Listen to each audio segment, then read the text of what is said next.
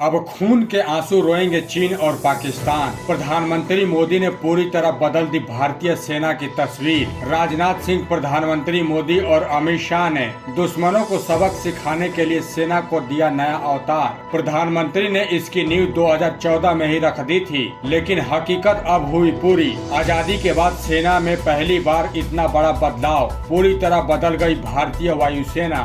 दोस्तों, प्रधानमंत्री मोदी के राज में भारत बहुत तेजी से बदल रहा है। रक्षा क्षेत्र में भी रोज नए नए बदलाव हो रहे हैं। भारत तेजी से मजबूती की तरफ बढ़ रहा है। भारत खुद को सुरक्षित बनाने की तरफ बढ़ रहा है। भारत सुपर शक्ति बनने की तरफ बढ़ रहा है। ऐसे में जब भारत के वायुसेना का 90वां स्थापना दिवस मनाया गया, तो इसके साथ ही भारत की शक्ति में भी एक और बढ़ोतरी हुआ। आजादी के बाद भारतीय वायुसेना में एक बहुत बड़ा बदलाव किया गया। वायुसेना अब अपने अधिकारियों का एक स्पेशल कैडर तैयार करेगी। बता दें कि वायुसेना में अब एक नई ब्रांच जोड़ी जाएगी। नए वेपन ब्रांच को सरकार की तरफ से मंजूरी दे दी गई है और नई वर्दी भी सेना के लिए जारी कर दी गई है।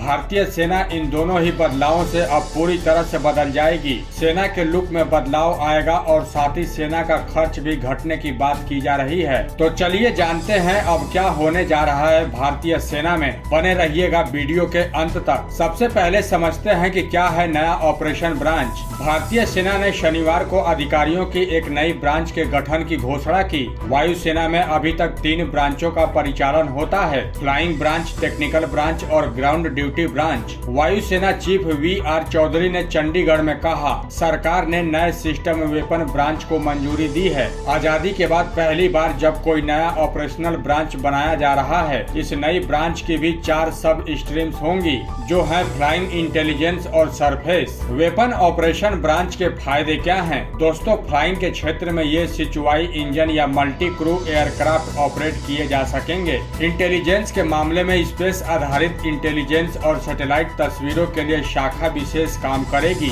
रिमोट पायलट एयरक्राफ्ट भी यहाँ से ऑपरेशनल होगा। सतह से जमीन पर मार करने वाले हथियारों, सतह से सतह पर मार करने वाली मिसाइलों के लिए मिशन कमांडर और ऑपरेटर तैनात किए जाएंगे। वहीं अब ये भी जान लीजिए कि इस नई ब्रांच का हिस्सा कौन कौन होंगे। इस नए ब्रांच में अधिकारी होंगे जो मिसाइल, ड्रोन और सैटेलाइट सिस्टम सहित हथियारों को संभालेंगे, ताकि लड़ाकू पायलटों को उनकी पूरी क्षमता तक तैयार किया जा सके। इस नई ब्रांच से सरकार का वायुसेना पर होने वाला खर्चा भी घटने की उम्मीद है। वायुसेना पर होने वाला खर्चा कैसे घटेगा? इस नई ब्रांच से सरकार का वायुसेना में ट्रेनिंग पर होने वाले खर्च में कमी आने की उम्मीद है। वायुसेना चीफ वी.आर. चौधरी का कहना है कि इस चौथी ब्रांच से सरकार को 3400 करोड़ रुपए की बचत होगी। वहीं मीडिया रिपोर्ट्स की माने तो 2023 के आखिरी तक या फिर 2024 के शुरुआत में इस नई ब्रांच को लॉन्च किया जा सकता है। इस नई ब्रांच की जरूरत क्यों पड़ी? दुनिया के सभी सेनाएं अपनी क्षमताओं में लगातार बदलाव कर रही हैं।